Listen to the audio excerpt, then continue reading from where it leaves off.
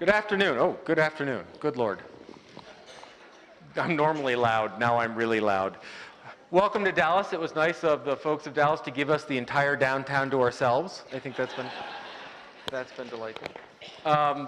So we're here to have conversations. We're here to start talking about what's going on, and I'm going to talk just really briefly because while they've been so nice to put my picture on the front of this, the truth is that you are the real stars of today and are going to do all the work, which I like even more.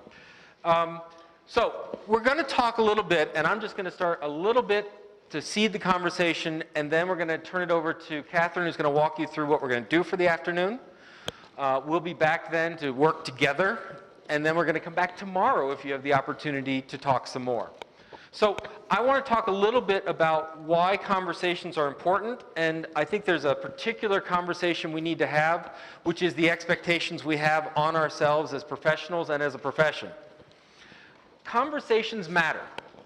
Conversations matter. I know, the truth is that we talk about, all we did is talk. Come on, ALA and committees, we know about talking and talking and talking and talking at a round table that spawned a task force that spawned something else. So I understand that talking and conversation gets a bad rap. But conversation is very important because conversation is ultimately how we learn, how we know things. Not just from talking with each other, but groups talking amongst themselves, and we do a lot of talking within ourselves, talking to ourselves. And all my colleagues in the reference desk will realize that sometimes we do that out loud and inappropriately, but it's still an important thing to do. Conversations are how we determine what we know. It's how we test out theories, how we come to agreements, how we figure out what it is to be ourselves. When we're reading a book, we are not having a conversation with a book. We're not having a conversation with the author. We're having a conversation with ourselves. Does this make sense to me? Do I believe it? Don't I believe it? Is this something I want to remember? Ooh, I got to steal that idea. What is this piece of crap? Etc. Right? That's an important conversation to have. Conversations matter because really the results of those conversations are our behavior. A budget is a conversation. A policy is a conversation. Conversations are how we shape the world around ourselves because it's how we come to understand them. How we constantly have this dialogue back and forth. How conversations lead to our actions. I noticed that Bob Merton is in the hall. I'm going to try and steal a story that you told me once. I apologize. You were, I believe, as State Librarian of Texas, having a conversation with the legislature. And at some point, they requested you to do something, and you said, I'm sorry, sir, but we can't do that according to the law, which he looked at you and said, son, we write the laws. Right?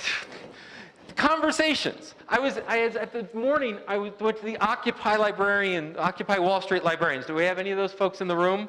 If so, give them things, because they're brilliant. And they talk about what their role was, which was talking about what we want to be society to be. What does it mean to be a fair society? How do we hack the world that we exist in? How do we work the source code of our society? Those are conversations. And conversations are very important because they do two things. Within a conversation, we are both shaped by that conversation and we shape the conversation. When we go through and we're having a dialogue, a true conversation, not what we have with our children where we tell them about the world and they sort of talk back and we say, isn't that nice? But when we have a true conversation, we are both shaping that conversation. What do we want to talk about? What are we going to pay attention to? What's important to me? Hey, we should talk about this. But we also must be shaped by it. What do you find interesting? Oh, I hadn't thought about that before. Here's a new perspective. And those conversations are very important. Today we're going to concentrate on the shaped by. We're going to talk about the most important conversation as librarians we can have, and that is an ongoing conversation with our community about what makes them a better community. What do they aspire to? What do they want to achieve? What do they want to be? What do they dream about? And good libraries, good librarians must be shaped by that conversation. A doctoral student of mine just finished up, Sarah Webb, did a brilliant study. And she looked at how public libraries are developed in Namibia. And the study began because when she went to do work in Africa, and they were building public libraries for the first time, she walked in and she saw pictures like this, which could have been in Des Moines, which could have been in Syracuse. She was amazed that as she traveled the globe and she would go from library to library to library, they sort of looked the same. Now, some clearly had better furniture budgets than the others. Some clearly had a few different visions, but ultimately they were going to find the plaques with the call number somewhere. There was going to be something that looked remarkably like a reference desk. What was going on here?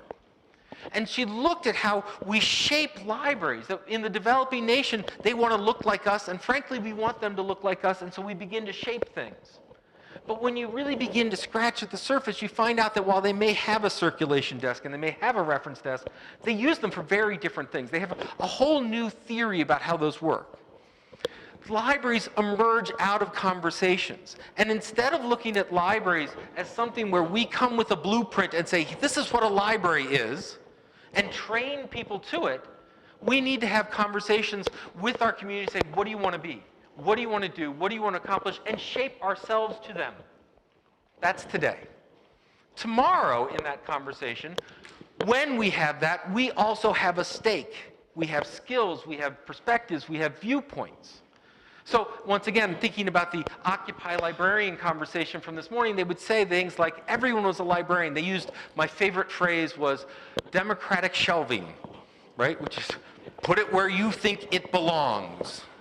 And I thought, and I got a tweet, I tweeted that out, and someone tweeted back almost instantly going, and then maybe they could find them again. But, right? How do we know, how do we organize, how do we shape this? What are our values? How do we hold those values to be important? How do we bring those values? Because the truth is that we need to be of the people, not for the people.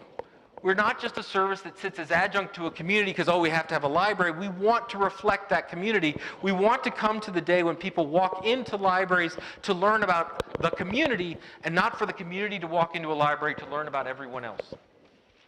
So what I want to do is I want to talk about that and briefly just get you ready for some of those conversations. Because we do a lot of conversations. And frankly, we're in the midst of a massive conversation about what is the future of our field. What do we want to be? What are we going to be? Now, what's interesting is I think that dialogue has shifted from are we going to be to what are we going to be? And I think that's an excellent and positive advancement, but we're not quite there yet. So the example I put up here, this is Lauren Smedley and Sue Constantine from the Fayetteville Free Library, which is in my backyard, and they started a fab lab, a fabrication laboratory in the public library, makerspace. People can come into the public library and they can do 3D complex printing. They can create their own objects. They can do all sorts of things. And what was great about this conversation is every librarian in the world stood up and went, yay! And it wasn't because it was a fab lab, it was because suddenly libraries were being discussed on Boing Boing and Engadget and Gizmodo, and everyone who used to never pay attention to us, suddenly we were in Forbes and on NPR. And this was the coolest thing ever.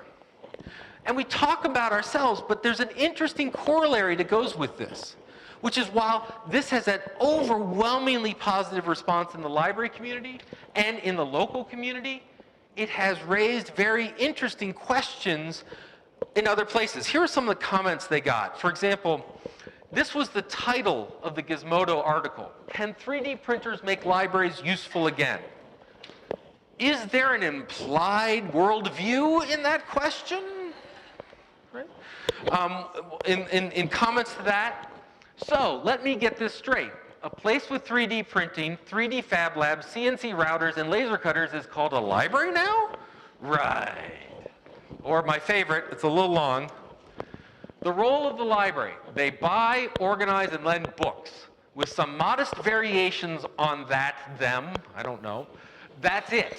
Now you want them to bring in, make available, operate, maintain, and oversee power tools and a wide range of capabilities and even wider range of possibilities? What are you, nuts? Come on, they're borders with nicer people and worse coffee shops. But you know, this idea that what's happened in Fayetteville, a very progressive, frankly, affluent suburb of Syracuse, they have, she sent it out to members of the community and they wrote back and said, that's great. Why? Right? We're challenged with this all the time, which is, what is our role? And the reason I bring this up is that we, as a profession, over many, many years, have trained the community of what to expect from us. Right? Another example, keeping with the Syracuse theme, Syracuse decided that they were going to go with an off-site storage. Their library shelves were full, they were going to pack them all, they were going to move them. I learned through this process you never call it off-site storage, you call it extended shelving. Mistake number one. But the idea was that suddenly the humanities faculty and students were up in arms. They were insane. They were crazy. They're like, you're going to take a crappy library and you're going to make it smaller? What's going on? And then they would come over and have sit-ins, which was hilarious. When all the graduate students showed up to have a protest in the library, and all the librarians were scurrying around to help them do it. Right? You know, do you need copy facilities? Okay, we can do that over here. Oh, here, you need a citation here. But what happened, and by the way, it's turned out to be a magnificent story because in the end, the library got a greater budget and got more space. But it turned into a very interesting dialogue where religion professors and history students were looking around and going, what's that over there? Why they were moving materials off the shelves wasn't for just the heck of it. It wasn't to put up a beautiful piece of sculpture. It was for learning commons. It was for meeting spaces. It was for collaborative spaces. All the things that we know from going to these conferences are cool and hep and awesome. And so what happened is, if you were in library land and you saw what happened, it made perfect sense. You saw the progression of dialogue. You saw the logic. And yet there was not an ongoing conversation with the community. So when suddenly this began to happen, the community went, wait, aren't you just a place with books? And why are you clearing out the books on the basement to put in these meeting spaces? Get rid of the meeting spaces, get rid of the coffee bar, put in more shelves. We love you when you're hoarders, leave us alone. Right? I was testifying to the Dallas City Council last week, and a councilman made a great thing. He says, how do we inspire the community with visions of libraries doing more as a platform for community innovation? Because I know if we just ask the community, they will say more buildings with more books. How do we train them to expect more? Right? A couple of hints. When we're starting this conversation, don't ask a library member, some people call them patrons, I like members because I think they have ownership and they've got cards, they just need the jackets. Don't ask them what they think of the library, it doesn't matter because it's not about you. Don't ask how the library can help. Members don't know, and it's up to you to answer that question. Instead, ask them what problems they need to solve and ensure they can. I think all too often when we try and have these conversations, when we get focus groups, when we get surveys, when we get phone surveys, when we call people up, our first question is, do you still love us? Was the coffee okay? Well, what we really need to say is, what's the matter? How can I help you do that? And their first response will probably be, well, this is what's the matter, but that's not the library's job, and that's our chance to go, isn't it? Why not? What do we want to be? Because ultimately, we need for people to expect more out of libraries. We need them to expect more out of librarians. You need to expect more from yourself. This is very, very, very different from the concept of doing more with less. That's garbage. Right? No more talking about doing more with less. We need to be talking about doing better so we get more. We need to be talking about how can we serve these needs today? How can we deal with a dynamic community? And that means that we need to expect more. We need to, we've trained people to think of us as book warehouses. We must now train them to think of us as knowledge institutions, as innovation centers, as places of learning, as places of community. We need to expect more from our colleagues. We will not have the conversation of dead wood again. We will not have, I'm just a good worker, leave me alone. We have no space anymore left for those folks. We have pruned down to the bone, and we have no more room for people who simply say, give me the order and I will carry it out. We don't have room left for people to simply stand by and wait to serve. We need people to be proactive. We need to expect more from our community. We need to stop talking about consumers and customers and users. We need to expect that people will participate within the library, within the civic life of an institution. To be a citizen, to be a student, to be a faculty member is much more rich than simply someone who consumes and leaves. We must talk about participants. We must talk about fully fleshed out individuals. You must talk about people who contribute back, who serve back. We need to expect more. We have for too long not scared the hell out of our communities. And for too long, we have thought it all right if we don't involve them in the process of innovation. We must change that, because ultimately, this is about grand challenges. Grand challenges are something I've been thinking about a lot recently. Grand challenges are the concept where you can make a great leap in society. And you see it in physics, you see it in genetics. I tweeted out, what's the grand challenge of librarianship? And the only response I got back was how to keep more librarians employed. If that is the grandest challenge that we can aspire to, I don't think we're going to meet that goal. It is only by solving the problems of the communities, by making a better community, by making a better day for that community tomorrow, that we will ever talk about how can we fulfill our mission and how can we get the resources to do it. Our communities are drowning. We have the idea of the middle class disappearing, fighting for opportunity going away, increased social stratification, the idea that opportunity is determined more by your zip code than the content of your ideas. We have a challenge in education where we have too many people dropping out, or worse, too many people being passed through the system where they don't understand. We have a problem when they come to the university and must bankrupt themselves to follow a passion and find increasingly that that degree is not going to help them succeed. That's a grand challenge. We have a grand challenge in our governance. We have a grand challenge that when we increasingly talk about what is our better tomorrow, we end up in ideological bickering. We are a model of a civic conversation. We must model that for others where we don't constantly put quick, cheap wins ahead of what we want to be. We must deal with the challenge of energy consumption and a climate change that we're dealing with. We are living far beyond our means. We must deal with the challenge of an increasingly walled garden of digital information where we cannot find what we knew yesterday and we cannot build a platform for creating new things tomorrow. Those are our grand challenges. That's what our communities need. That's the conversation we need to have, not do we have enough journals for you? And by the way, is an ebook nice today? If we constantly try to answer the question about what's the new format, we'll be chasing it and irrelevant.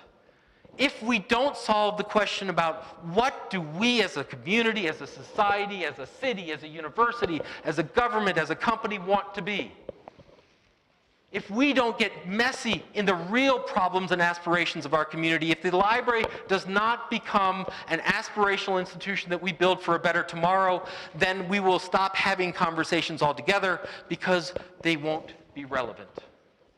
That's the conversations that we need to have.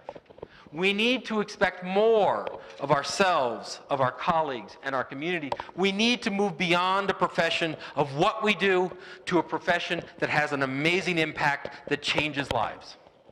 That's what we need to do. And we're going to start today by talking about our community. As you go through these tables, as you have these conversations, you will want to talk about yourselves. You will want to talk about what doesn't work where you are. You will want to talk about what skills you do or do not have, what resources you do or do not have. Hold those for tomorrow. Start with what they need. What they need. I know you need a lot. Valid, important. But what you need should always be in light of what that community needs and what that community aspires to. That's our conversation for the day. So Catherine Dice is going to come talk a little bit about how we're going to do that. Thank you.